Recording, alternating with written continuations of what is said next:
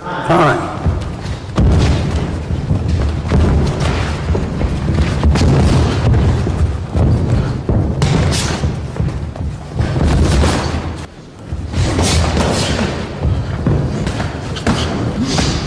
Move your head, jab and flip, flip and jab.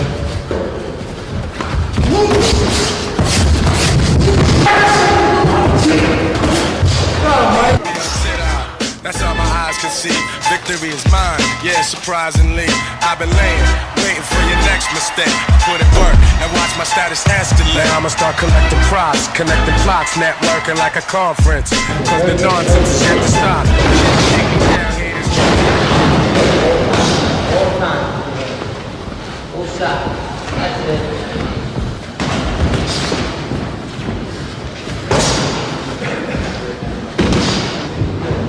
Keep it up, that's it, that's it, that's it. You took 2 punches there? Very good, very good. You threw 2-8, a double 8. Double 8. It went 8 and then he came to the middle. Pop, that's it, that's it. That head. Boy, boy. Time. Alright, Dion, hop out, hop out. That's it. Next time you bring the other side. After that punch. Snap it up, snap it up. Go on, there you go. See that? That's it, that's it. Walk around, pop, pop it. Pop.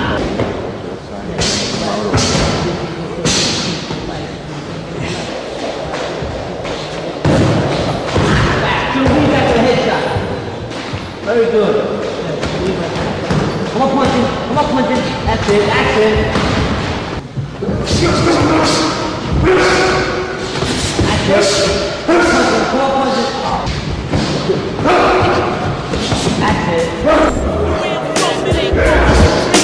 a lot of pressure growing up as a young teen. You never know when you're gonna get wrecked. These mad clowns be catching wreck with a tech just to get a rep.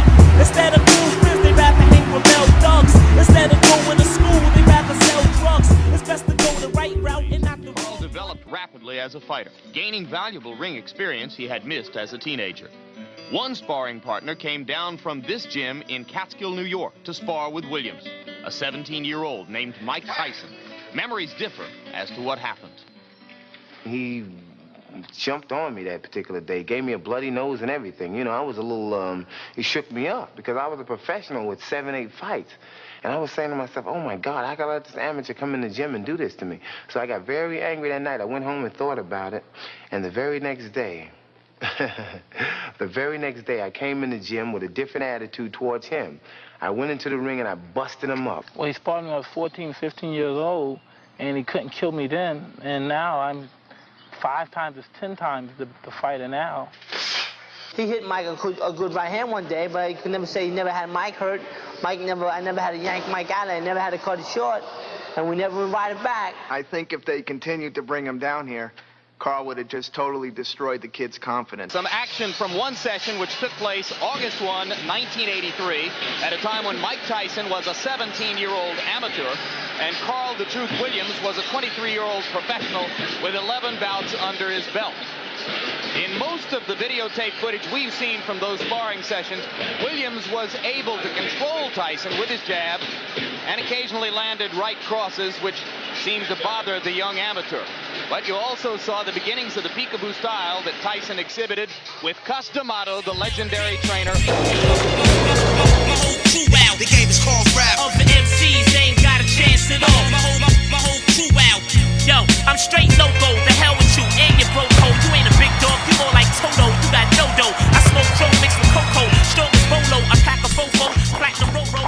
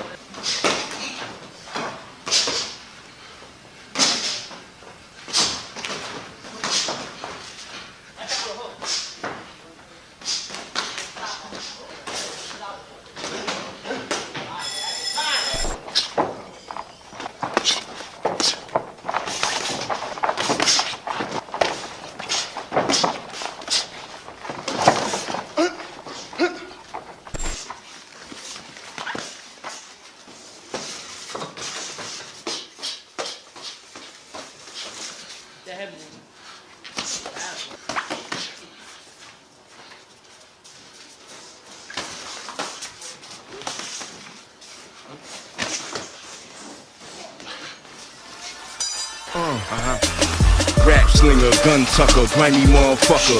New York City is mine, these niggas tryin' tougher. Box cutter, face ripper, buck 80 stitcher. I gang bang, mob deep, you touch me and it's a never ending robbery, homicide robbery. Keep your head, that's it, keep that head. 5-5, 5-1. Hey. Keep it up. Keep it up, keep it up, keep it up. Okay.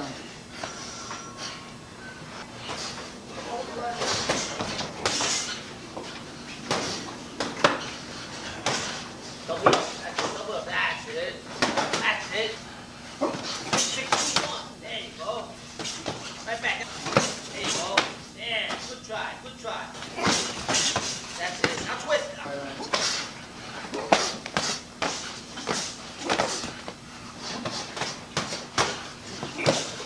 There you go, there you go, there you go. Combination.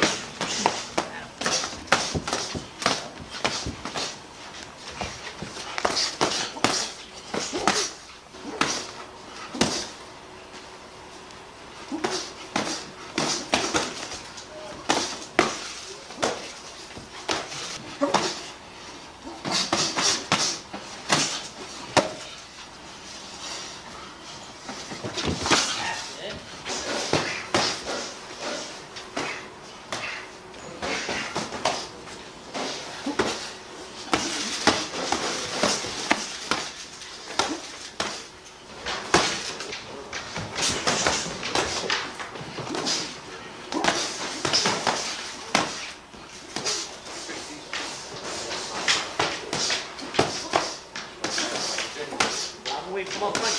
Come on, punch.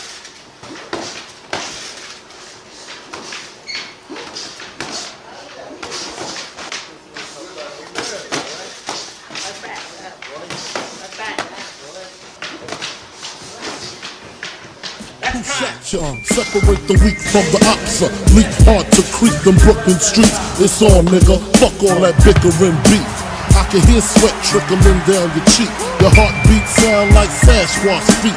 Thundering, shaking the concrete.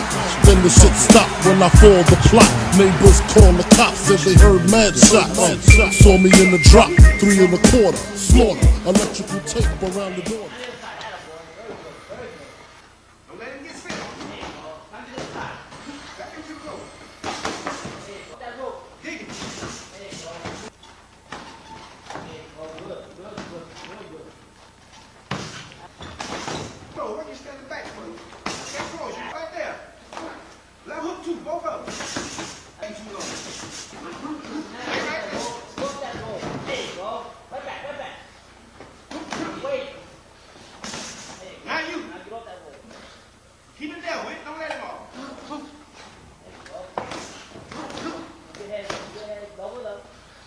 Not as ludicrous as it may sound, I might have done it for nothing. You get top pay, travel, you get to see the country, and you get treated well. There's a lot of advantages here. Sound too good to be true? Well, there is one slight drawback. The job is sparring partner for Mike Tyson. If most fighters can't last more than 1 round with Tyson, why would you want to box with him every day? It's like a fight. You rib yourself up, you get yourself geared up to actually face this guy every day. And you look to try to hurt him because he's trying to hurt you.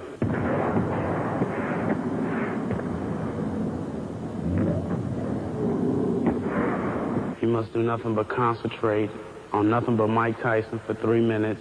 And before you get in the ring, you have to really prime yourself up for that. If you don't, then that could create problems for you.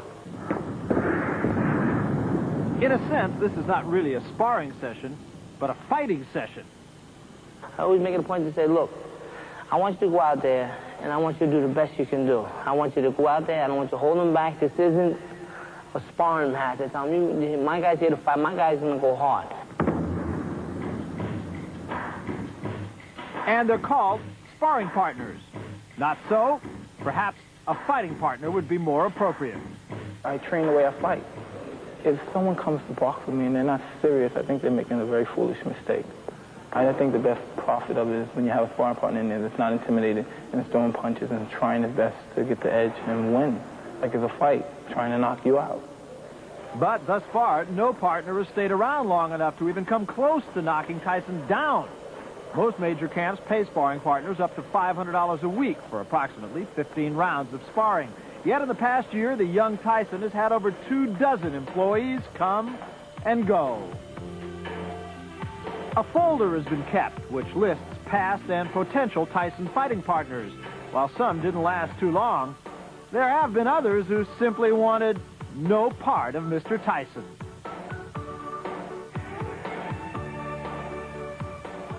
I've had guys walk right out. I had one guy walk right out. That was it, boom, boom. He didn't even work to get paid. Some of them say, well, this ain't for me. And they go. Or they don't come back, you know. They say, I'll call you, and they never call. We call them, and they got to work, they got a job, they got this, or they got that. The relationship between Tyson and his partners is generally confined to the gym. We're friends to a certain extent. If there's a possibility I might fight them, I respect them always, but, you know, sometimes this is a business, and sometimes you wind up fighting your sparring partners. So, if you want a job with the Tyson Company, keep one thing in mind before showing up for work.